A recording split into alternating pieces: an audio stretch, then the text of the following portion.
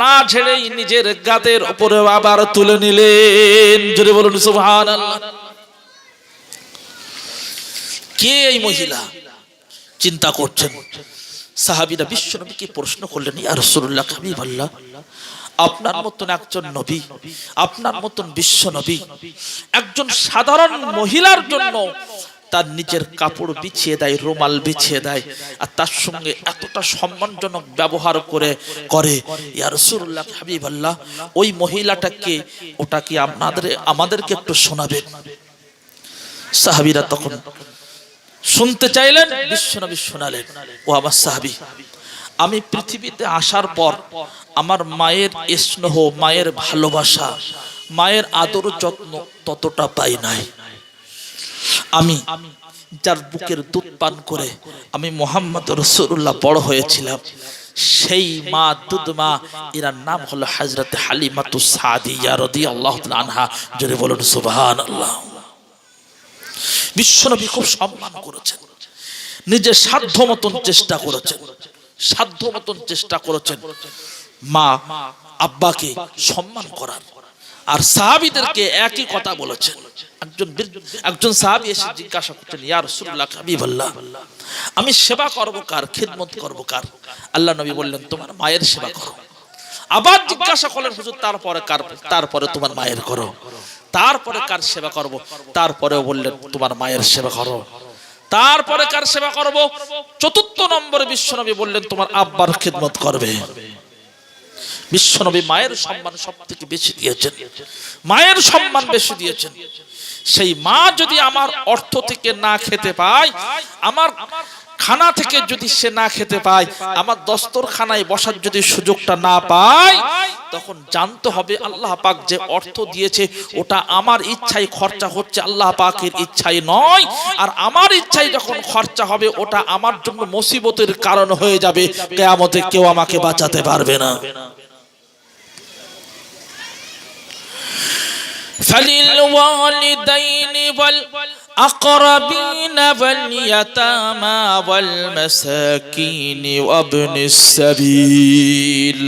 মহান রব্বুল আলামিন বলেন, তোমার পিতামাতার পেছনে খরচা করা হয়েছে, তাদের সেবা যথেষ্ট পরিমাণ তুমি যখন করে ফেলেছো, তারপরে তুমি দেখবে তোমার আপনজন যারা তোমার রক্তের সঙ্গে সম্পর্ক রাখে, যারা তাদের পেছনে তুমি খরচা করো, রক্তের সঙ্গে সম্পর্ক রাখে, নিজের বোন, নিজের ভাই, নিজের ফুফু, নিজের খালা, নিজের নানি, এমন করে যারা আছে তাদের সঙ্গে তুমি সুব্যবহার করো, তোমার অর্থটা তাদের পেছনে খরচা করো।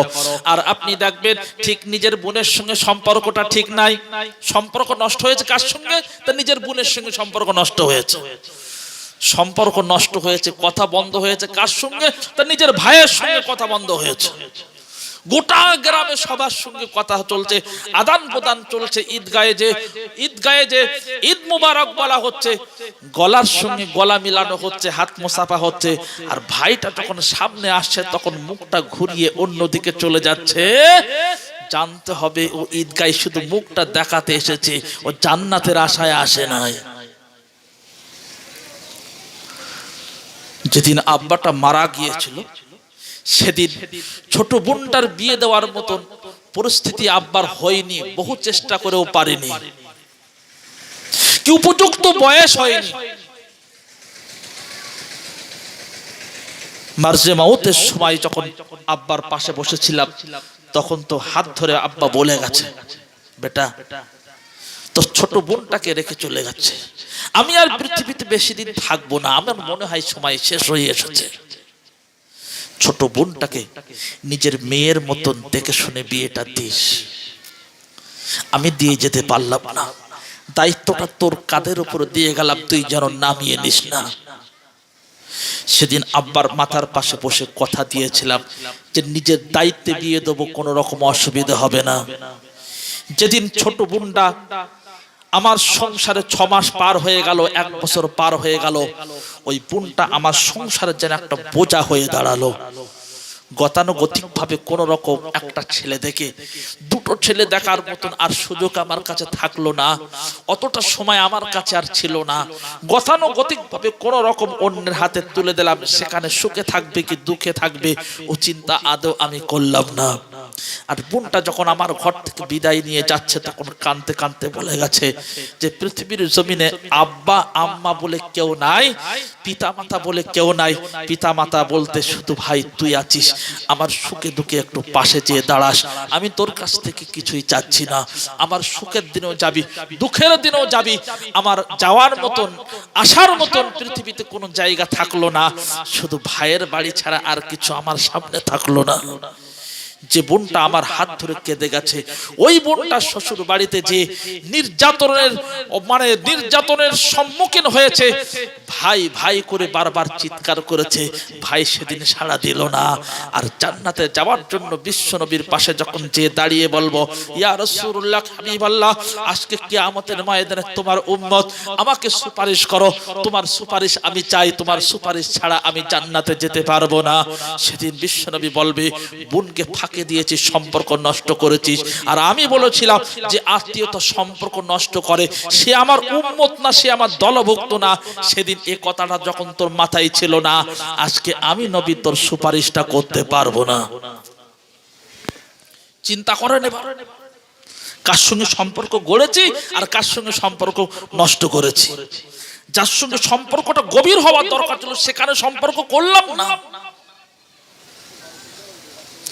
আর যার সঙ্গে সম্পর্ক না করলে কোনো সমস্যা ছিল না তাকে পাশে বসিয়ে সমস্ত রকম সুখে দুঃখে তাকে সমস্ত রকম উপঢৌকন দিয়ে হাদিয়া দিয়ে তোহফা দিয়ে তাকে খাইয়ে সুখে খুশি করলাম।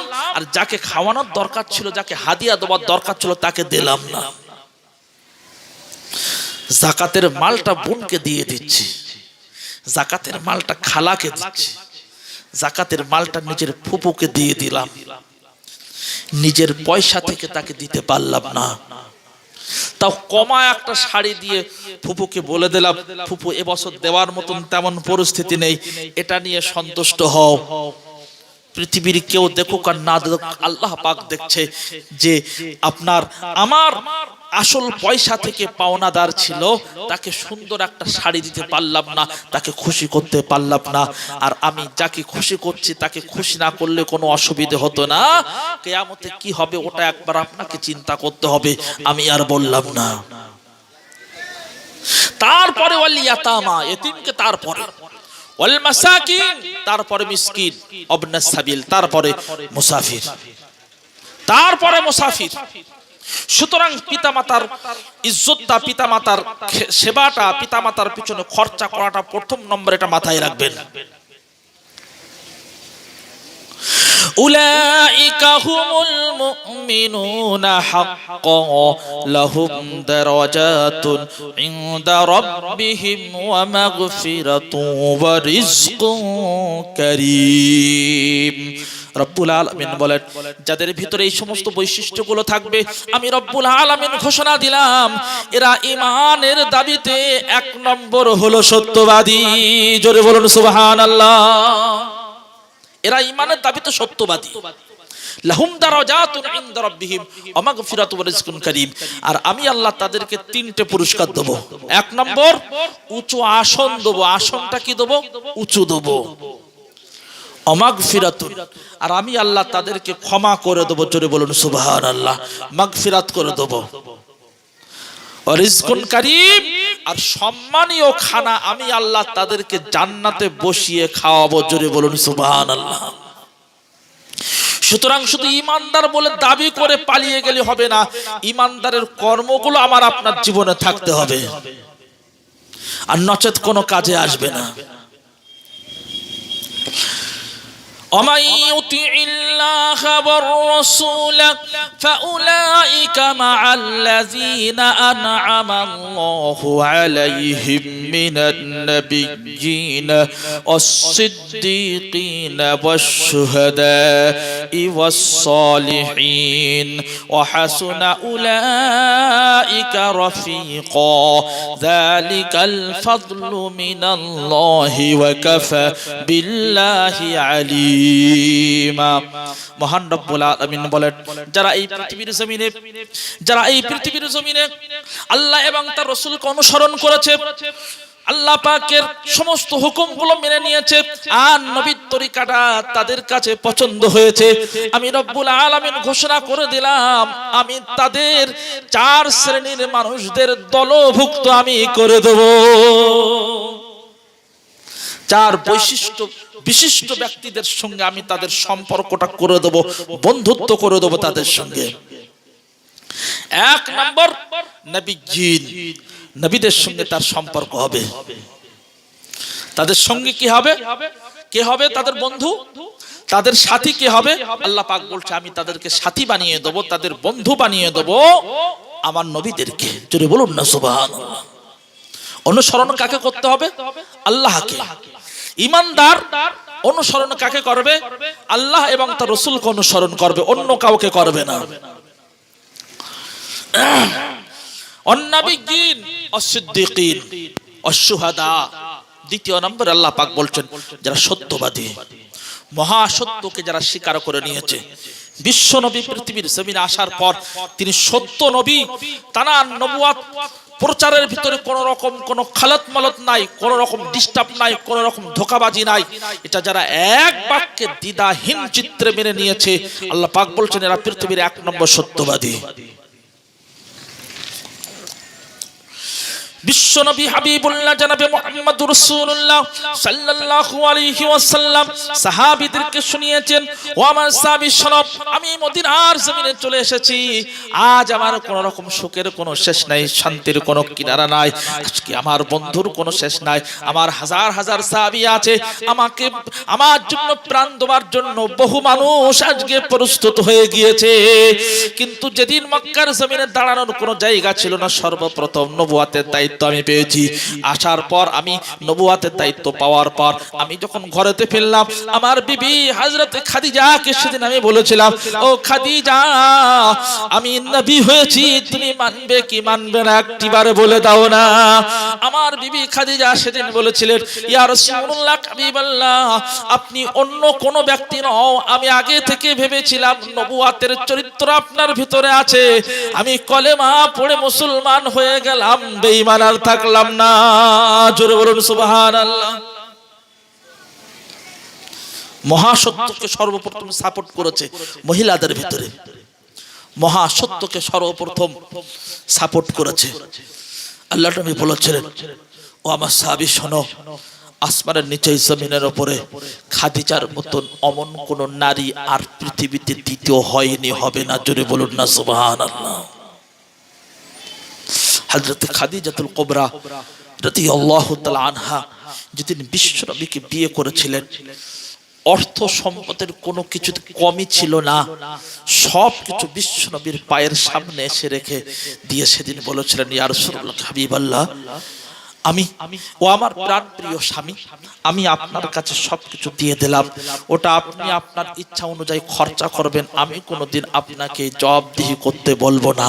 আপনি কোথায় খরচা করেছেন, কাকে দিয়েছেন, কেন দিলেন না, এ কথা আমি আপনাকে কোনোদিন বলবো না। সেই জন্য আমার খাদিজা সেদিন আমাকে সব দিয়েছে, আর আমি অসহায়, এতিম, মিসকিন, বিধবা, এমন করে যারা সমাজে অবহেলিত তাদের পেছনে খরচা করেছি, আমি একবারও পিছনে তাকাই নাই। আর খাদিজা কোনোদিন আমাকে প্রশ্ন করে নাই যে আমার সম্পদগুলো খরচা হচ্ছে আমাকে না জানিয়ে কেন হচ্ছে, এটা কোনোদিন আমাকে বলে নাই।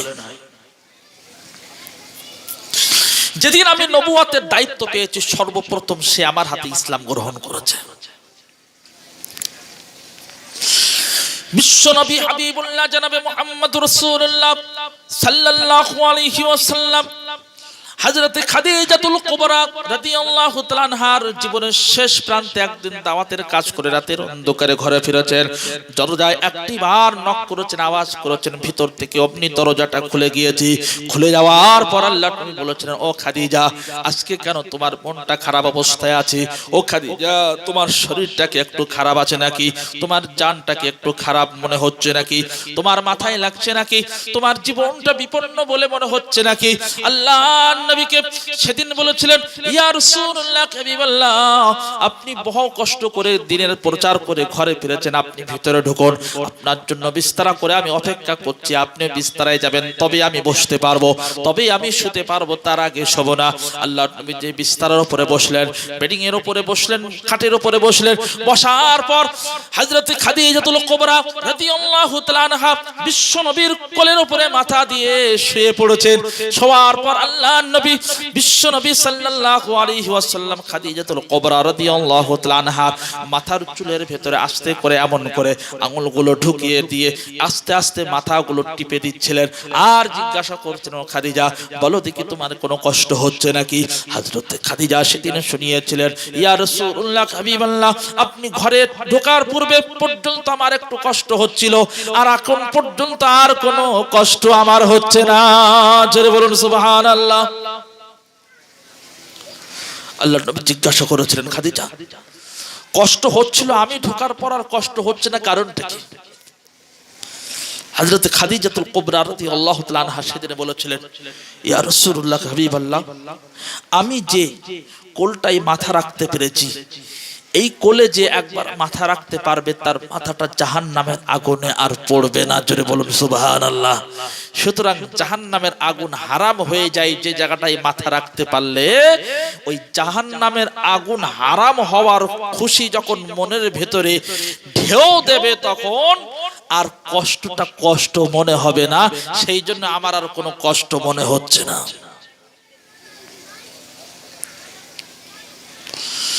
হযরত খাদিজাতুল কুবরা রাদিয়াল্লাহু তাআলা আনহা আল্লাহর নবীকে সেদিন শুনিয়েছিলেন, ইয়া রাসূলুল্লাহ হাবিবাল্লাহ, আমার মনে হচ্ছে আর পৃথিবীর জমিন আর বেশিক্ষণ থাকবো না, আমার মনে হয় হায়াত শেষ হয়ে এসেছে। ইয়া রাসূলুল্লাহ হাবিবাল্লাহ, আমার হায়াত মনে হয় শেষ হয়ে এসেছে, আমি পৃথিবীর জমিন ছেড়ে বিদায় নেব। তবে বিদায় নেওয়ার পূর্বে আপনার কাছ থেকে আমি তিনটে জিনিস চাইবো। ওই তিনটে জিনিস আপনি আমাকে দেবেন কি দেবেন না একটিবার আপনি ওয়াদা করুন। আল্লাহর নবী সেদিন বলেছিলেন, ও খাদিজা, তুমি বলো, সারা জীবন আমার সংসারে যখন তোমার প্রয়োজন ছিল তখন তুমি কোনো জিনিস চাইলে না, আজকে বিদায় লগ্নে তোমার কোনো জিনিসের প্রয়োজন নাই, তবু তুমি চাইবে, আর আমি বিশ্ব নবী না দিয়ে সেটা থাকবো না। জোরে বলুন সুবহানাল্লাহ। খাদিজা, তুমি কি চাও? কি চাও বলো, কি দিলে তুমি খুশি হবে? তোমার আজকে কোন জিনিসটা চাওয়ার ইচ্ছা মনের ভিতরে জাগছে বলো। বিশ্ব নবীকে বলেছিলেন, ইয়া রাসূলুল্লাহ হাবিবাল্লাহ, আমার ইন্তেকালের পর আমাকে যখন আপনি কাফন জড়াবেন, কাফনটা কেমন কোয়ালিটির কাফন দেবেন সেটা একটু শোনাবেন। আল্লাহর নবী বলেছিলেন, ও খাদিজা, মক্কার সমস্ত মার্কেটগুলো আমি ঘুরে ঘুরে দেখব, যে দোকানে সব থেকে উন্নত মানের দামি কাপড় পাওয়া যায় সেখান থেকে আমি কিনে নিয়ে আসব, আর ওই দামি কাপড়টাই তোমার জন্য কাফনের ব্যবস্থা আমি বিশ্বনবী করব। আল্লাহর নবীকে সেদিন বলেছিলেন, ইয়া রাসূলুল্লাহ হাবিবাল্লাহ, ওই দামি কাপড়টা দিয়ে যদি আপনি আমার কাফনের ব্যবস্থা করে কবরে শুইয়ে দেন, তাহলে ওই দামি কাপড়টা কি পোকায় খেয়ে মাটি করে দেবে না? আল্লাহর নবীকে সেদিন শুনিয়েছিলেন। আল্লাহর নবী বলেছিলেন, ও খাদিজা, দামি কাপড়ও মাটি হয়ে যাবে। তাহলে খাদিজা, তুমি কি চাচ্ছ যে কোমা কাপড়ের কাফনের ব্যবস্থা হোক তোমার? হযরত খাদিজা সেদিন বলেছিলেন, ইয়া রাসূলুল্লাহ হাবিবাল্লাহ, কোমা কাপড় দিলে কি মাটি হবে না? বলছে, হ্যাঁ, ওটাও মাটি হবে। তাহলে বিনা কাফনে কি তোমার দাফনের ব্যবস্থা আমি করব? হযরতে খাদিজাতুল কুবরা রাদিয়াল্লাহু তাআলা আনহা বিশ্ব নবীকে বলেছিলেন, ইয়া রাসূলুল্লাহ হাবিবাল্লাহ, বস্ত্রহীন অবস্থায় মানুষ পৃথিবীর জমিনে আসে, আর বস্ত্র পরতে যখন শেখে, পর্দা করা যখন তার উপরে ফরজ হয়ে যায়, তারপর থেকে কবরে যাওয়ার আগ পর্যন্ত পর্দা করা তার জন্য ফরজ থাকে। ইয়া রাসূলুল্লাহ হাবিবাল্লাহ, ইসলামের একটা বড় ধরনের হুকুম নারীদের জন্য পর্দা করা। আর সেই পর্দাবিহীন আপনি আমাকে কবরে দাফন করবেন, এটা আমি আপনাকে বোঝাতে চাচ্ছি না। তাহলে খাদিজা তুমি কি বলতে চাচ্ছ একটু খুলে আমাকে শোনাও।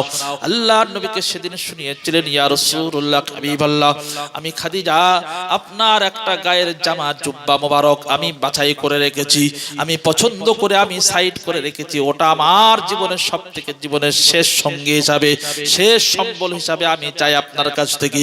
ওটা আপনি দেবেন কি দেবেন না একটিবারের জন্য আপনি বলেন। আল্লাহর নবী বলেছিলেন, ও খাদিজা, তোমার জীবনের শেষ সম্বল হিসাবে যে জুব্বাটা তুমি পছন্দ করছো বলো, সেই জুব্বাটা কোথায় আছে আর তার অবস্থাটা কি আছে একবার আমাকে বলো না। হযরত খাদিজাতুল কুবরা রাদিয়াল্লাহু তাআলা আনহা বলেছিলেন, ইয়া রাসূলুল্লাহ হাবিবাল্লাহ, যেদিন আপনি তায়েফে গিয়েছিলেন, তায়েফের মানুষরা আপনার দাওয়াত শুনেও তারা শুনতে চাইলো না। আপনি বিশ্বনবী, তারা বুঝেও বুঝতে চাইলো না। আপনার উপরে অকথ্য অত্যাচার করেছে, আপনার সঙ্গে দুর্ব্যবহার করেছে, আপনার উপরে তারা অত্যাচার করেছে, জুলুম করেছে, আপনার উপরে পাথর মেরেছে, কাকর মেরেছে, কেউ হাততালি দিয়েছে, আপনাকে তায়েফ থেকে দূর দূর করে পার করে দিয়েছে, আপনার জামা ছিঁড়েছে পাথরের আঘাতে, তারপরে আপনার শরীর কেটে গিয়েছে, ওই কাটা ক্ষত জায়গা থেকে রক্ত বার হয়ে যে জামাটা রক্তে একেবারে লাল হয়ে গিয়েছিল, ওই রক্ত মাখা জামাটা আপনি এসে আমার কাছে খুলে দিয়েছিলেন, সেটা আর পরার মতন উপযুক্ত ছিল না। আমি খাদিজা সেই কাপড়টা সেলাই করে করে রেখেছি, পরিষ্কার করে রেখেছি। ইয়া রাসূলুল্লাহ হাবিবাল্লাহ, ওই কাপড়টা যদি আপনি আমার জীবনের শেষ সঙ্গী হিসাবে দিয়ে দেন, তাহলে কবরে যখন আমাকে ওই কাপড় ফেরেশতা এসে দেখবে আমার গায়ে আছে, যে কাপড়টা তায়েফের ময়দানে বিশ্বনবীর গায়ে ছিল। সুতরাং বিশ্বনবীর গায়ে থেকে দিনের দাওয়াত যে কাপড়ের ভিতরে লেগে আছে সুগন্ধ, সেই কাপড় নিয়ে যে কবরে এসেছে, তার কবরে কোন রকম প্রশ্ন করা যাবে না। জোরে বলুন সুবহানাল্লাহ। এই আশায় আমি চাচ্ছি ওই কাপড়টা, ওই জুব্বা মোবারকটা, ওই জামাটা আপনি আমার জীবনের শেষ সঙ্গী হিসেবে দেবেন। আল্লাহর নবী কি বলেছিলেন, ও খাদিজা, তোমার যখন ওই কাপড়টাই পছন্দ হচ্ছে, তাহলে আমি বিশ্বনবী বলছি, ওটাই তোমার জীবনের শেষ সঙ্গী হিসাবে, তোমার জীবনের শেষ কাপড়, কাফনের কাপড় হিসাবে আমি ওটাই দিয়ে দেবো। ও খাদিজা, আমি কথা দিচ্ছি, ওটা তোমার সঙ্গে খেয়ানত আমি করছি না, আর করব না। আর কি চাও? ইয়া রাসূলুল্লাহ হাবিবাল্লাহ, ইয়া রাসূলুল্লাহ হাবিবাল্লাহ, আমার কবর যখন খনন হয়ে যাবে, আমার লাশটা কবরে শোয়ানোর আগে আপনি একবার কবরটায় শোবেন, তারপরে আমাকে শোয়াবেন। আল্লাহ নবী বলেছিলেন, খাদিজা, তোমার কবরে আমি কেন শোবো একটা একটু বলবেন না? আল্লাহ নবীকে বলেছিলেন, ইয়া রাসূলুল্লাহ হাবিবাল্লাহ, আপনি যে বিছানায় আমি যেদিন আপনার ঘরে এসেছি, যে বিছানায় আপনি আগে শোন নাই, আমি সেই বিছানায় কোনোদিন নিজে শুয়ে বিছানাটাকে বাসি করি নাই। কখনো কখনো 2 দিন 3 দিন 4 দিন 1 সপ্তাহ 1.5 সপ্তাহ আপনি ঘরে আসেন নাই, সন্ধ্যা হয়েছে, বিছানা করেছি, সারা রাত্র ব্যাপী আপনার অপেক্ষায় রয়েছি, আপনি বাড়িতে আসেন নাই, দরজায় হেলান দিয়ে দিয়ে ঘুমিয়েছি, বিছানায় শুই নাই, কারণ ভেবেছিলাম বিছানার রাজপুত্র, বিছানার মালিক যে, সে যতক্ষণ না পর্যন্ত এতে না শুচ্ছে আমি খাদিজা ওতে শুতে পারবো না, সেই জন্য ও বিছানায় আমি পিঠ লাগাই নাই। ইয়া রাসূলুল্লাহ হাবিবাল্লাহ, আপনি যখন এসে শুয়েছেন, তারপরে আপনার পাশে আমি শুয়েছি, আপনার সেবা করেছি, আপনাকে খুশি করেছি, আপনার শরীরের ক্লান্তি সব দূর করে দিয়েছি, সান্ত্বনা দেওয়ার মতন বেশ কিছু কথা বলেছি। তায়েফের মানুষেরা, মক্কার মানুষেরা, মদিনার মানুষেরা, সিরিয়ার মানুষেরা, আশপাশের সমস্ত মানুষেরা আপনার উপরে যে অত্যাচার করেছে, জুলুম করেছে, আমি এমন ভাবে আপনাকে সান্ত্বনা দিয়েছি, প্রত্যেকটা রাতে আপনি সব ভুলে গেছেন, আর আপনি আমার সঙ্গে খোশ মেজাজে কথা বলতে বলতে সারা রাত পার করে দিয়েছেন। ইয়া রাসূলুল্লাহ হাবিবাল্লাহ, যে বিছানায় আপনি হন নাই সে বিছানায় আমি কোনোদিন শুইনি, সুতরাং আপনি যে বিছানায় শুতে পারবেন না ওখানে আমি কোনোদিন শুতে পারবো না। সেই জন্য কবরের মাটিতে ওখানে যদি আপনি না শুয়ে আসেন, আমি খাদিজা যদি প্রথম শুই তাহলে সারা জীবনটা কবরে থাকবো, কষ্টের ভিতরে থাকবো। সেই জন্য ও জায়গাটায় আপনি আগে শুয়ে তবে আমাকে শোয়াবেন, আমাকে একা একই আগে শুইয়ে দিয়ে আসবেন না। জোরে বলুন সুবহানাল্লাহ। আর কি চাও? ইয়া রাসূলুল্লাহ, হাবিবাল্লাহ, আমি খাদিজা বড় অন্যায়কারী, আমি খাদিজা বড় পাপকারী। আমার কবরের সওয়ালের কি জবাব হয় সেটা আমি দিতে পারবো না। আমার হয়ে আমার কবরের সওয়ালের জবাবটা আপনি একটু দিয়ে দেবেন। বিশ্বনবী সাল্লাল্লাহু আলাইহি ওয়াসাল্লাম সেদিন বলেছেন, খাদিজা, কবরের সওয়ালের জবাবের বিষয়ে তুমি আদৌ চিন্তা করো না, কারণ আল্লাহ পাকের পক্ষ থেকে পৃথিবীর জমিনে একজন নারী সালাম পেয়েছেন, অন্য কেউ পান নাই। আর সেটা জিবরিল আমিন মারফাত দিয়েছে। ও খাদিজা, তুমি সালাম পেয়েছো, অন্য কেউ পায় নাই। আর আল্লাহ পাক আমাকে শুনিয়ে দিয়েছে, আসমানের নিচে জমিনের উপরে খাদিজার মতন কোন নারী নাই। এত এত নেক, এত পরেশগার, এত ভালো, এত তার কোয়ালিটি ভালো, তাকে যদি কবরে শোয়ানো হয় ও কবরে চট করে ফেরেশতা আসবে না। সেই জন্য আমি দায়িত্ব নিয়ে বলছি, ও বিষয়ে তুমি আদৌ চিন্তা করো না। হযরতে খাদিজাতুল কুবরা রাদিয়াল্লাহু তাআলা আনহার ইন্তেকাল হয়ে গিয়েছে। হযরতে ফাতিমাতুজ যোহরা রাদিয়াল্লাহু তাআলা আনহা মায়ের লাশটা ঘরের ভিতরে নিয়ে এবার গোসল করানো হচ্ছে সুন্দরভাবে সুন্নত অনুযায়ী, সুন্নত তরিকা অনুযায়ী মায়ের লাশটা এবার গোসল চলছে। গোসলটাই কমপ্লিট হয়ে গেল। বিশ্বনবীর কন্যা হযরতে ফাতিমাতুজ যোহরা রাদিয়াল্লাহু তাআলা আনহা পর্দার ভিতর থেকে আওয়াজ দিয়ে বললেন, আব্বাজান, মায়ের শেষ বিদায়ে যে কাফনটা আপনি সিদ্ধান্ত করেছেন সেটা আপনি আমার হাতে দিয়ে দেন। আমি ফাতেমা মায়ের গায়ে সুন্দর করে ওই কাফনের কাপড়টা জড়িয়ে দেব, আর মায়ের চেহারা আমি ফাতেমা দেখতে পাবো না। আল্লাহর নবী আস্তে করে সেই পুরাতন জামাটা, ছেঁড়া জামাটা, যেটা খেজুর পাতা দিয়ে সেলাই করা আছে, ওই সেলাই যুক্ত কাপড়টা আল্লাহর নবী ফাতেমার হাতে যখন তুলে দিলেন, যেই না দেখতে পেলেন এত ছেঁড়া যুক্ত অবস্থায় এই কাপড়টা সেলাই যুক্ত অবস্থায় আমার হাতে তুলে দিয়েছে, আল্লাহর নবীর কন্যা হযরত ফাতিমাতুজ যোহরা রাদিয়াল্লাহু তাআলা আনহা বিশ্ব নবীকে সাইডে ডেকেছিলেন সেদিন, আর বলেছিলেন, ইয়া রাসূলুল্লাহ, হাবিবাল্লাহ, ইতিপূর্বে কোনোদিন আপনার সঙ্গে কোনো বিয়াদবিমূলক কথা বলি নাই, আর ভবিষ্যতেও কোনোদিন বলবো না। তবে আজকে একটা কথা বলতে মন যাচ্ছে, আপনি অসন্তুষ্ট হবেন কি হবেন না ওটা আমি আর চিন্তা করতে পারবো না। আমার কথায় আপনি সন্তুষ্ট থাকবেন, কারণ অসন্তুষ্ট হবেন ওটা আমার চিন্তা করার আর সময় থাকলো না। ইয়া রাসূলুল্লাহ, হাবিবাল্লাহ, ও কথাটা আমি বলবো, আপনাকে পারমিশন দিতে হবে। আল্লাহর নবী বললেন, ফাতেমা, তুমি কি কথা বলতে চাচ্ছ একবার বলো না, কোন কথা তুমি বলতে চাচ্ছ? হযরতে ফাতেমা সেদিন বলেছিলেন, ইয়া রাসূলুল্লাহ, হাবিবাল্লাহ, আমার মা যেদিন আপনার সংসারে এসেছিলেন আপনার মুখ থেকে শুনেছি কোটি কোটি টাকার সম্পদ আপনার হাতে তুলে দিয়েছিলেন, কি দেন নাই? হ্যাঁ, দিয়েছিল। ইয়া রাসূলুল্লাহ, হাবিবাল্লাহ, আপনার সংসারে আমার মায়ের সংসারে 3 মাস ধরে কোন রকম সুন্দর খাদ্যের ব্যবস্থা করতে পারেননি। কোনদিন আপনার বিরুদ্ধে অভিযোগ করেছে, কারোর কাছে নালিশ করেছিল? বলছেন, না, করে নাই। ইয়া রাসূলুল্লাহ, হাবিবাল্লাহ, ঈদের দিনে সকালবেলা সুন্দর কাপড় আপনি তাকে দিতে পারেননি, এর জন্য আপনার সঙ্গে দুর্ব্যবহার কোনোদিন করেছিল? বলছে, ও ফাতেমা, কোনোদিন অমন দুর্ব্যবহার আমাকে করে নাই। ও খাদি, ইয়া রাসূলুল্লাহ, হাবিবাল্লাহ, সুন্দর খুশির দিনে গোশত আপনি ব্যবস্থা করতে পারেননি, তার জন্য আপনাকে অপমানের শিকার হতে হয়েছে, কি হয় নাই? আল্লাহ নবী বলেছেন, ফাতেমা, আমাকে কোনোদিন অপমান হতে হয় নাই। তাহলে আমার মা কি অন্যায় করেছে, কি অপরাধ করেছে, যার কারণে আপনি একটা কাফনের ব্যবস্থা পর্যন্ত তার জন্য করলেন না? এই ছেঁড়া ফাটা জামা, যাতে কাপড় দিয়ে তালি দেওয়া আছে, চামড়া দিয়ে তালি মারা আছে, কোথাও খেজুর পাতা দিয়ে সেলাই মারা আছে, সেই কাপড়টা কেন শেষ বিদায়ে তার গায়ে পরিয়ে দেবেন? এটা তো লজ্জা হওয়া হওয়ার দরকার ছিল, কেন আপনি এটা দিলেন? ওটা আমি ফাতেমা জানতে চাই, না জানা পর্যন্ত এই কাপড়টা আমি তার গায়ে পরাবো না। আল্লাহর নবী সেদিন কেঁদে ফেলেছিলেন।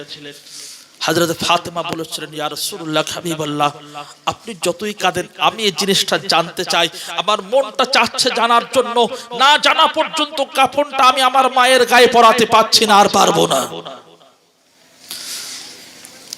বিশ্বনবী হাবিবুল্লাহ জনাবে মুহাম্মদুর রাসূলুল্লাহ সাল্লাল্লাহু আলাইহি ওয়াসাল্লাম সেদিন ফাতেমাকে শুনিয়েছিলেন, ও ফাতেমা, তুমি শুনে রেখে দাও, আমি তো দামি কাপড়ের ব্যবস্থা আমি করব বলেছিলাম, তোমার মা বলল না দামি কাপড় চলবে না।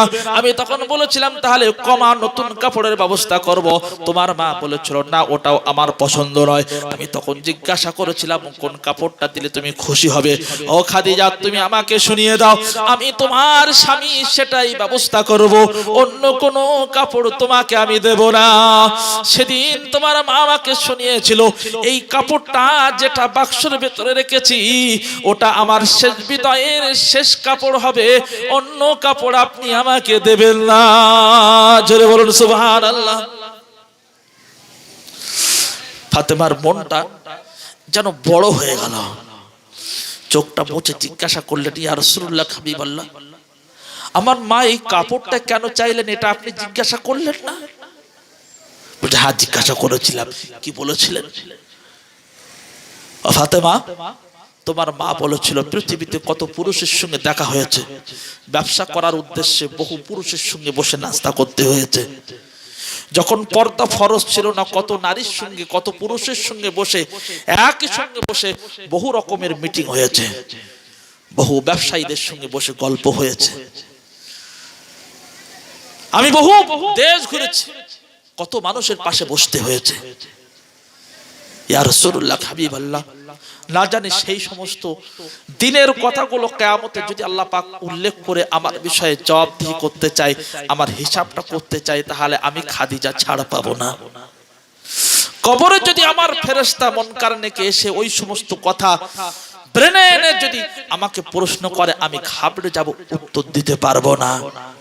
সেই জন্য আপনার গায়ের কাপড়টা যদি আমার গায়ে থাকে, তাহলে ফেরেশতারা ওই কাপড় দেখে হয়তো তাদের অন্তরে দয়া হবে, আমাকে প্রশ্ন না করে পালিয়ে যাবে, আর জান্নাতের ব্যবস্থা হয়ে যাবে, জান্নাতে হাওয়া কবরে চলে আসবে। আমি খাদিজা খুব সুখের ভিতরে থাকবো, শান্তিতে থাকবো, আমার কবরে আদৌ আযাব হবে না। এই আশায় ওই কাপড়টা আমি আমার জীবনের শেষ সঙ্গী হিসেবে বানাতে চাচ্ছি। ইয়া রাসূলুল্লাহ, হাবিবাল্লাহ, আপনি ও বিষয়টা না বলবেন না। সেদিন আমি বাধ্য হয়ে হ্যাঁ বলেছিলাম ফাতেমা, আমি সেদিন না বলতে পারি নাই। জোরে বলুন না সুবহানাল্লাহ। হযরত খাদিজাতুল কুবরা রাদিয়াল্লাহু তাআলা আনহা এবার বলেছিলেন, ইয়া রাসূলুল্লাহ, হাবিবাল্লাহ, আমার ইন্তেকালের পর আমার জানাজার নামাজ যখন হয়ে যাবে, জানাজার নামাজ হয়ে যাওয়ার পর আমার লাশটা যখন কবরস্থানে চলে যাবে, কবরস্থ করার পূর্বে একটা মানুষ যখন কবরে আপনি নামিয়ে দেবেন, ওই মানুষটা পৃথিবীর অন্য কেউ হবে না, অন্য কোন আপনার সাহাবী হবে না। আমি খাদিজা আশা করে রেখেছি, আপনার কোলে সারা জীবন চেপেছি, আর মরণের পর আপনার কোলে চেপে কবরে নামতে চাই, অন্য কোন কোলে আমি চাপবো না। জোরে বলুন সুবহানাল্লাহ। আল্লাহর নবী বলেছিলেন, খাদিজা এটাই হবে ইনশাআল্লাহ। হযরত খাদিজাতুল কুবরা রাদিয়াল্লাহু তাআলা আনহার ইন্তেকাল হয়ে গেল, জানাজা হলো, দাফন কাফন হলো, দাফন হলো। একজন মাওলানা সাহেব 10:30টায় আসার কথা ছিল, বক্তা সাহেব কয়া 10:30 তো বেজেই গেল। হযরত খাদিজাতুল কুবরা রাদিয়াল্লাহু তাআলা আনহা কবরে শুয়ে গেলেন, আর বিশ্বনবী শুইয়ে দিলেন। কবরের উপরে মাটি চাপা দিলেন, কাঁচা গোলাপের খুশবু কবরের মাটি থেকে উঠেছিল। আজ হযরত খাদিজাতুল কুবরা রাদিয়াল্লাহু তাআলা আনহার কবরের উপর থেকে কাঁচা গোলাপের খুশবু পাওয়া যায়। ও কবরটা স্টিলের রেলিং দিয়ে, পাইপ দিয়ে সুন্দর করে ঘেরা আছে, তার পাশে মানুষ যাতে না যেতে পারে সে ব্যবস্থা করা আছে। কারণ ওখানে যদি মানুষ একবার পৌঁছে যায়, কবরের মাটি নিতে নিতে কবরের মাটি উপরের মাটি ফাঁকা হয়ে যাবে, সেই জন্য ওই জায়গাটা ঘিরে রাখা আছে। ওই যে কাঁচা গোলাপের খুশবু বিশ্বনবীর নাকে পেয়েছিলেন, আজও উম্মত সেই কবরের পাশে গেলে কাঁচা গোলাপের খুশবুটা পেয়ে যায়। হযরত খাদিজাতুল কুবরা রাদিয়াল্লাহু তাআলা আনহা তিনি জীবনে দেখিয়ে দিয়েছেন, সর্বপ্রথম ঈমান গ্রহণ করে মহাসত্যের সাক্ষী দিয়ে, নবী আমি এক বাক্যে মেনে নিলাম ইনি নবী, তার ভেতরে কোনো সন্দেহ নাই। জোরে বলুন সুবহানাল্লাহ। অসিদ্দিকিন অশুহাদা, তৃতীয় নম্বর শহীদদের বন্ধু বানাবো। ইমানদার যদি আল্লাহ পাকের অনুসরণ করে, বিশ্ব নবীর অনুসরণ করে, আল্লাহ পাক বলছে তাকে তৃতীয় নম্বরে শহীদদের বন্ধু বানাবো, শহীদদের সঙ্গী বানাবো। শহীদ যারা হয়েছে তাদের কথা বলে শেষ করা যাবে না। অসলিহীন, চতুর্থ নম্বরে আল্লাহ পাক বলছে যারা আল্লাহ পাকের পিয়ারা বান্দা তাদের বন্ধু বানিয়ে দেব। যদি আমি আপনি নবী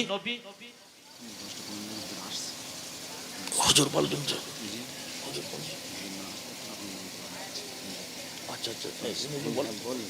আচ্ছা ঠিক আছে না, আমাকে বলেছিল 10:30 পর্যন্ত, সেই জন্য আমি একটু ঠিক আছে, অসুবিধা নেই।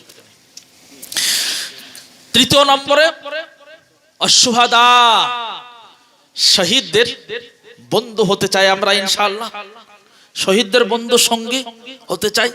অনুসরণ কাকে করতে হবে? আল্লাহ এবং তার রাসূলকে। ভালো করে চিন্তা করুন, বিশ্ব নবী থেকে নিয়ে শুরু করে হযরত আদম আলাইহিস সালাতু সালাম পর্যন্ত এই পৃথিবীতে যত নবী এসেছেন, বিনা দাড়িতে একজন কেউ ছিল বলে মনে হয় আপনাদের? একজন সাহাবী দাড়ি চালিয়ে দিয়েছে, খুরকেচি প্রমাণ নাই। একজন সাহাবীকে দেখান ইচ্ছাকৃত নামাজ কাজা করেছে? নাই। একজন সাহাবীকে দেখান ইচ্ছাকৃত একটা রোজা ছেড়ে দিয়েছে? নাই। নবীকে অনুসরণ, আল্লাহকে অনুসরণ আমি আপনি করব বলছি, অথচ সুন্নতের কোনো ধারধারি না, আর আল্লাহ পাকের হুকুমের কোনো গুরুত্ব আমার কাছে থাকলো না, তাহলে এই সমস্ত 4 শ্রেণীর মানুষদের সঙ্গে বন্ধুত্ব করার আশা করছি এটা স্বপ্ন থাকবে, এটা বাস্তবে কিয়ামত হবে না। সেই জন্য আমাকে আপনাকে শোধরাতে হবে, ঘুরে আসতে হবে। খারাপ রাস্তায় ছিলাম, সাহাবীরাও খারাপ রাস্তায় ছিলেন, ঈমান এনেছে, খারাপ রাস্তা ছেড়েছে, ঈমান এনেছে, মদ ছেড়েছে, ঈমান এনেছে, বেনামাজি ছিল নামাজি হয়েছে, ঈমান এনেছে, হাজার মূর্তির সামনে মাথা নত করে তাদের উপরে ভরসা ছিল, সব ভরসা উঠিয়ে দিয়ে মাথা তুলেছে, আল্লাহর সামনে মাথা নত করে দিয়ে আল্লাহর উপরে ভরসা করেছে, আর কোনোদিন সেখান থেকে ভরসা তোলে নাই। সুতরাং আমাকে আপনাকে যদি আল্লাহ এবং তার রাসূলকে অনুসরণ করতে হয়, তাহলে সাহাবীদেরকে দেখতে হবে কি হবে না? চতুর্থ নম্বরে কি বলেছি? শুহাদা, শহীদদের বন্ধু বানাবে। শহীদ কারা? মুতার প্রান্তে যুদ্ধ হবে, সেই যুদ্ধে যাওয়ার জন্য বিশ্বনবী সাল্লাল্লাহু আলাইহি ওয়াসাল্লাম সাহাবীদেরকে নাম লেখাচ্ছিলেন। হযরত জাফর রাদিয়াল্লাহু তাআলা আনহু তিনি একটা সফর ছিলেন, 6 মাসের সফর ছিল। 6 মাস পর ঘরে ফিরছেন। ঘরে ফেরার পূর্বে সর্বপ্রথম মদিনা মসজিদে বিশ্বনবীর সঙ্গে দেখা করার উদ্দেশ্যে তিনি ওখানে পৌঁছে গিয়েছেন। বিশ্বনবী সাল্লাল্লাহু আলাইহি ওয়াসাল্লাম সাহাবীদেরকে নামের একটা লিস্ট বানাচ্ছেন যে কাকে কাকে মুতার প্রান্তে যুদ্ধের জন্য পাঠানো হবে। হযরত জাফর রাদিয়াল্লাহু তাআলা আনহু তখন উনি পৌঁছে গেলেন। যাওয়ার পর দেখতে পেলেন একটা সুন্দর সুযোগ এসেছে, একটা গোল্ডেন চান্স এসেছে। হযরত জাফর রাদিয়াল্লাহু তাআলা আনহু বললেন, ইয়া রাসূলুল্লাহ, হাবিবাল্লাহ, ওই মুতার প্রান্তে আমি জাফর যেতে চাই, আমার নামটা আপনি ওই লিস্টিতে লিখে নেন। জোরে বলুন সুবহানাল্লাহ। 6 মাস 7 মাস সফরে ছিলেন, বাড়ি এসেছেন। মদিনা মসজিদে সর্বপ্রথম বিশ্বনবীর সঙ্গে সাক্ষাৎ। বাড়ি বিবি কি বলবে না বলবে ও তোয়াক্কা তিনি করলেন না। তার সঙ্গে পরামর্শ নিয়ে আমার নামটা লেখাতে হবে, এমন মানসিকতা ব্রেনে আসলো না। বিশ্বনবীর দরবারে এসে বললেন, হুজুর আমার নামটা 1 নম্বরে লিখিয়ে দেন, 2য় নম্বরে লেখাবেন না। হযরত জাফর রাদিয়াল্লাহু তাআলা আনহু বিশ্বনবীর দরবারে এসে মুতার প্রান্তে যুদ্ধে যাবে, নামটা লিখে দিয়েছে। আল্লাহর নবী দ্বিতীয় নম্বর কমান্ডার হিসাবে তাকে নিয়োগ করে বলে দিয়েছে, জাফর তুমি বাড়িতে চলে যাও, বিবির কাছ থেকে বিদায় নিয়ে চলে এসেছো, আসো, আর মনে হয় দেখা হবে না। হযরত জাফর রাদিয়াল্লাহু তাআলা আনহু বাড়িতে গেলেন, সালাম দিলেন, অমনি দরজাটা খুলে গেল, বিবি চলে আসলো। আর বিবি চলে আসার সাথে সাথে সঙ্গে সঙ্গে খুশিতে আনন্দতে মনটা ভরে গেল। বিবির সঙ্গে স্বামীর সঙ্গে সালাম কালাম হলো, মুসাফা হলো। স্বামী বলছে আমি একটা কথা বলতে এসেছি, আমি দাঁড়াবো না। আর বিবি বলছে হাজারো কথা শুনবো, আগে জামা কাপড় ছাড়ুন, আগে জামা কাপড় চেঞ্জ করুন, আগে মুখ হাত পা ধুন, উজু করুন, আপনি ফ্রেশ হন, নাস্তা করুন, খাওয়া দাওয়া করুন, পানি পান করুন, তারপরে আপনার হাজার কথা শুনবো। হযরত জাফর রাদিয়াল্লাহু তাআলা আনহু সেদিন বলেছিলেন, বিবি তোমার কথা আমি শুনতে পারবো না, তোমার সঙ্গে বসে নাস্তা করতে আজকে আমি আর পারবো না, তোমার ছেলেদেরকে নিয়ে আদর যত্ন আজকে আমি আর দিতে পারবো না।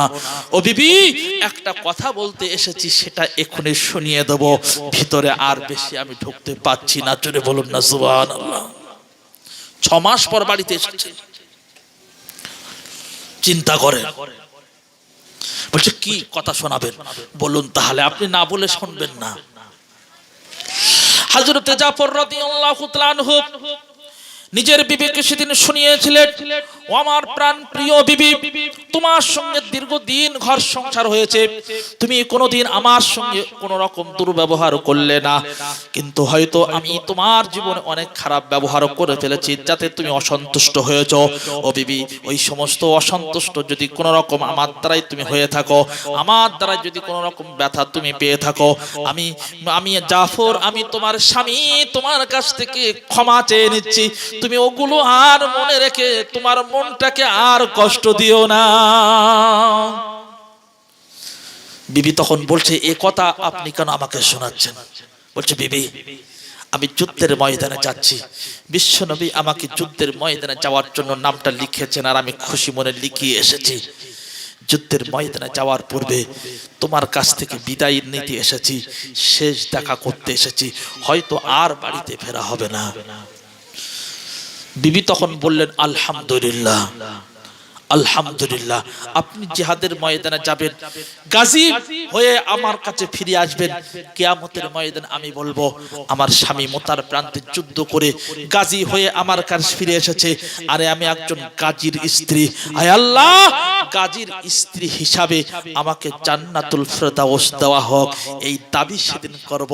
সুতরাং আমি এতে আদৌ খুশি না, জোরে বলুন, আদৌ আমি অসন্তুষ্ট না, জোরে বলুন সুবহানাল্লাহ। বলছে, বিবি শুধু আমি সাধারণ যোদ্ধা হিসেবে যাচ্ছি না, বিশ্বনবী আমাকে কমান্ডার করে বানিয়েছেন, কমান্ডার করে যুদ্ধের ময়দানে পাঠাচ্ছেন। বলছে, সুম্মা আলহামদুলিল্লাহ, আবারও আমি আল্লাহ পাকের শুকরিয়া আদায় করছি, আপনি কমান্ডার, আমি তার স্ত্রী, কোনো অসুবিধা হবে না।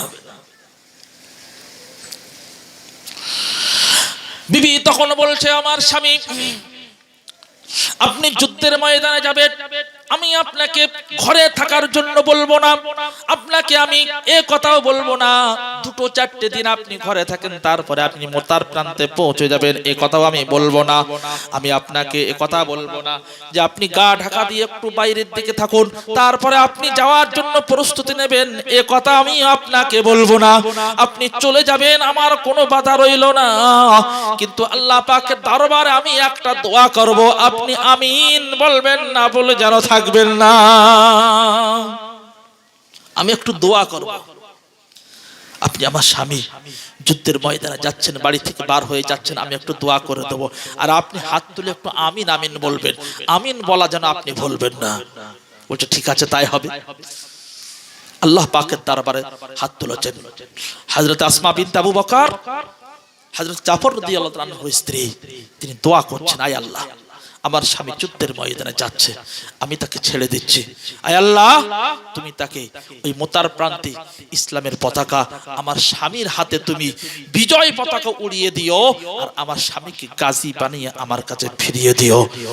হযরত জাফর রাদিয়াল্লাহু তাআলা আনহু আল্লাহুম্মা আমিন এই কথাটা বললেন না, আয় আল্লাহ তুমি এই দোয়াটা কবুল করো, এই কথা বললেন না।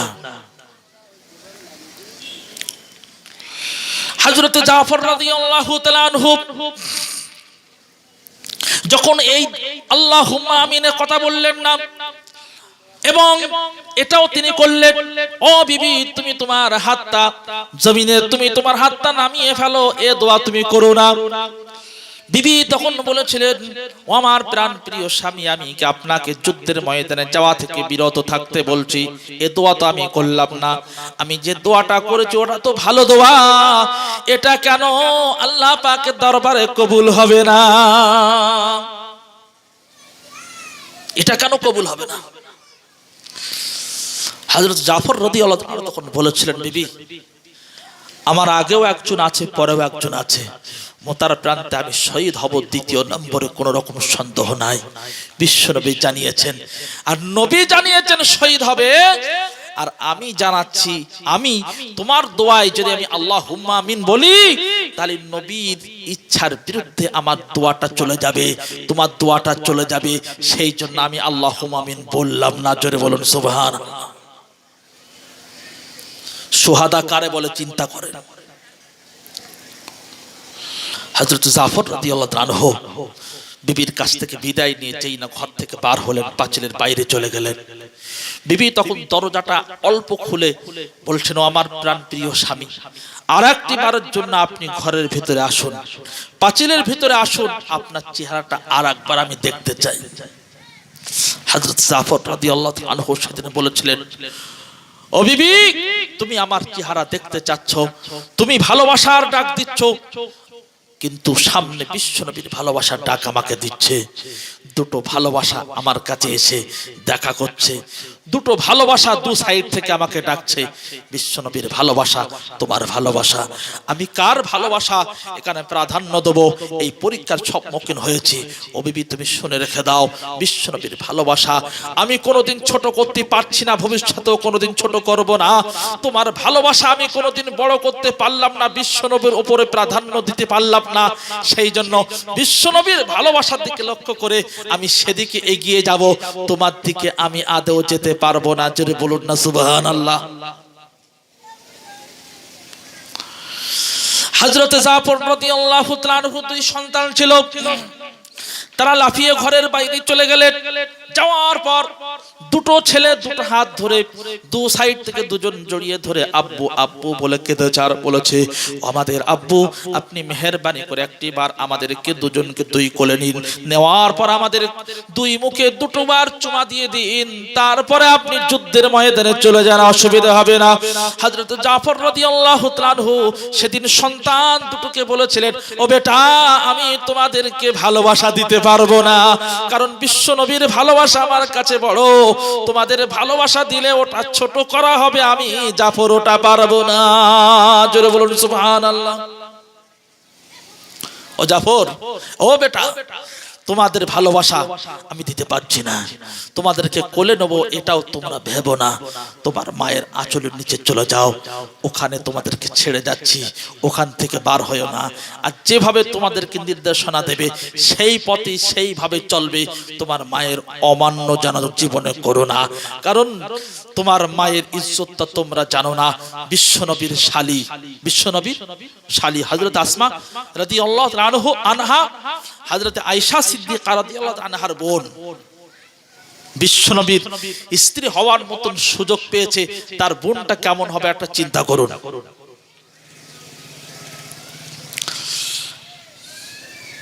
আর আব্বার নাম হযরত আবু বকর রাদিয়াল্লাহু আনহু, এমন একজন সাহাবী, তার বেটি কেমন হবে? সেই জন্য বাপ বলছে, বেটা তোমার মা যেমন নির্দেশনা দেবে সেইভাবে চলবে, তার অমান্য করবে না। যুদ্ধের ময়দানে চলে গেলেন। হাদিস শরীফের ভিতরে লেখা হয়েছে, কবুতর কেটে জবাই করে জমিনে ছেড়ে দিলে যেমন ছটফট করতে থাকে, মুরগি জবাই করে ছেড়ে দিলে যেমন ছটফট করতে থাকে, বিবি সে তেমন ভাবে ছটফট করে কাঁদছে, আর ছেলে মেয়েগুলো পিছনে দৌড়াচ্ছে আর আব্বু আব্বু বলে চিৎকার করছে। হযরত জাফর আর একটি বারের জন্য পিছনের দিকে তাকালেন না, কে কান্দে আর কে দৌড়ায় একবারও দেখলেন না। জোরে বলুন না সুবহানাল্লাহ। যুদ্ধের ময়দানে চলে গেলেন। যুদ্ধের ময়দানে যাওয়ার পর প্রথম নম্বর সেনাপতি, প্রথম নম্বর কমান্ডার শহীদ হয়ে গেলেন। এবার হযরত জাফর রাদিয়াল্লাহু তাআলা আনহু হাতে তলোয়ার নিলেন, কাফেরদের ফিলের ভিতরে ঢুকে পড়েছেন। কাফেররা তাকে আঘাতের পর আঘাত করছে। প্রথম ডান হাতে কোপ দিয়েছে, ইসলামের পতাকা তখন বাম হাতে উঁচু করে রেখেছে। বাম হাতেও যখন কোপ দিয়েছে, কাটা দুই হাত দিয়ে বুকের সাথে পতাকা জড়িয়ে ধরে পাশের সাহাবীকে ডেকে বলেছেন, ও আল্লাহর নবীর সাহাবী, রাসূলকে আমার শেষ সালামটা দিয়ে পৌঁছে দিও, কারণ আমি এখন, আমার মনে হচ্ছে আমি আর দুনিয়ার জমিনে বেশিক্ষণ থাকবো না, কারণ আমি এখন আমার নাকের ভিতরে আল্লাহর জান্নাতের সুগন্ধ পেতেছি। জোরে বলুন সুবহানাল্লাহ। শহীদ হয়ে গেলেন, শহীদ হয়ে গেলেন। বিশ্বনবীর কাছে সংবাদ চলে আসলো, মোতার প্রান্ত জয়লাভ হলো। সাহাবীরা ফিরে আসলেন।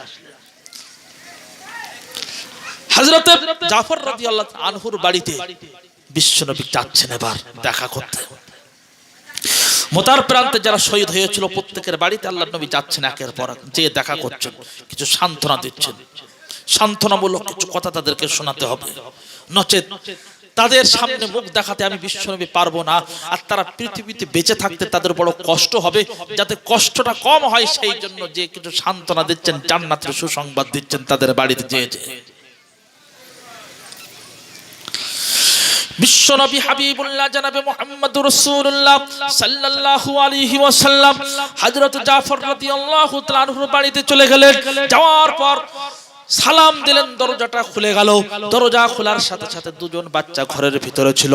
হযরত জাফর রাদিয়াল্লাহু তাআলা আনহুর ছেলে দুটো দুই সাইড দিয়ে বিশ্বনবীকে সে জড়িয়ে ধরে বললেন, ইয়া রাসূলুল্লাহ, হাবিবাল্লাহ, সেই যে আমার আব্বা আপনার সঙ্গে আপনার ডাকে সাড়া দিয়ে আপনার ভালোবাসা তার মনের ভিতরে এমন ছিল, আমাদেরকে একটি বারের জন্য দুই কালে জুমা দিল না, আমাদেরকে কোলেও নিল না, আমার মায়ের সঙ্গে দ্বিতীয়বার দেখা করার সুযোগটা সে দিল না। ইয়া রাসূলুল্লাহ, হাবিবাল্লাহ, আপনার ডাকে সাড়া দিয়ে সে চলে গিয়েছে। আমার আব্বু কবে বাড়িতে ফিরবে ওটা আপনি জানাতে এসেছেন, সেটা জলদি করে বলুন, অন্য কথা আমরা শুনবো না। আল্লাহর নবী সঙ্গে সঙ্গে কেঁদে ফেললেন। কেঁদে ফেলার পর কোনো কথা বলতে পারছেন না। হযরত আসমা বিনতে আবু বকর রাদিয়াল্লাহু তাআলা আনহুমা বিশ্বনবীর সামনে এসে জিজ্ঞাসা করছেন, ইয়া রাসূলুল্লাহ, হাবিবাল্লাহ, আমার স্বামী যুদ্ধের ময়দানে গিয়েছে। মদিনার প্রত্যেকটা সাহাবীরা তো যুদ্ধের ময়দান থেকে ঘরে ফিরে এসেছে। আমার বাড়ির পিছনে বা বাড়ির পাশে তারা গাজী হয়ে বাড়িতে ফিরেছে। তাদের সুখের সংবাদ, খুশির সংবাদ আমি আসমা শুনতে পেয়েছি। কিন্তু আমার স্বামী আপনার হুকুম অনুযায়ী, আমার আল্লাহ পাকের হুকুম অনুযায়ী, আপনার তরিকা নিয়ে, আপনার মহব্বত নিয়ে, মনের ভেতরে ভালোবাসা নিয়ে যুদ্ধের ময়দানে গিয়েছিল। সে কবে ফিরবে ওটা আপনি জানাতে এসেছেন, সেটা আপনি বলুন। হযরতে আসমা রাদিয়াল্লাহু তাআলা আনহার কথা শুনে বিশ্বনবী বাক হারিয়ে ফেললেন, বাক শক্তি হারিয়ে ফেললেন। কথা বলতে পারছেন না, কি উত্তর দিবেন কিছুই বলতে পারছেন না। আল্লাহর নবী কেঁদে ফেললেন আর মুখটা ঘুরিয়ে নিলেন। মুখটা ঘুরিয়ে নিয়ে মদিনার দিকে, যে মদিনা মসজিদের দিকে ফিরে যাবেন মনস্থির করছেন। হযরত আসমা রাদিয়াল্লাহু তাআলা আনহা তখন জিজ্ঞাসা করেছিলেন, ইয়া রাসূলুল্লাহ, হাবিবাল্লাহ, আমি জানতে চাই আমার স্বামী পৃথিবীর জমিনে নাই ওটা আমি আর জানতে চাচ্ছি না। আমার স্বামী কি আল্লাহ পাকের জান্নাতের অধিবাসী হয়েছেন কি হন নাই এটা আমি জানতে চাচ্ছি।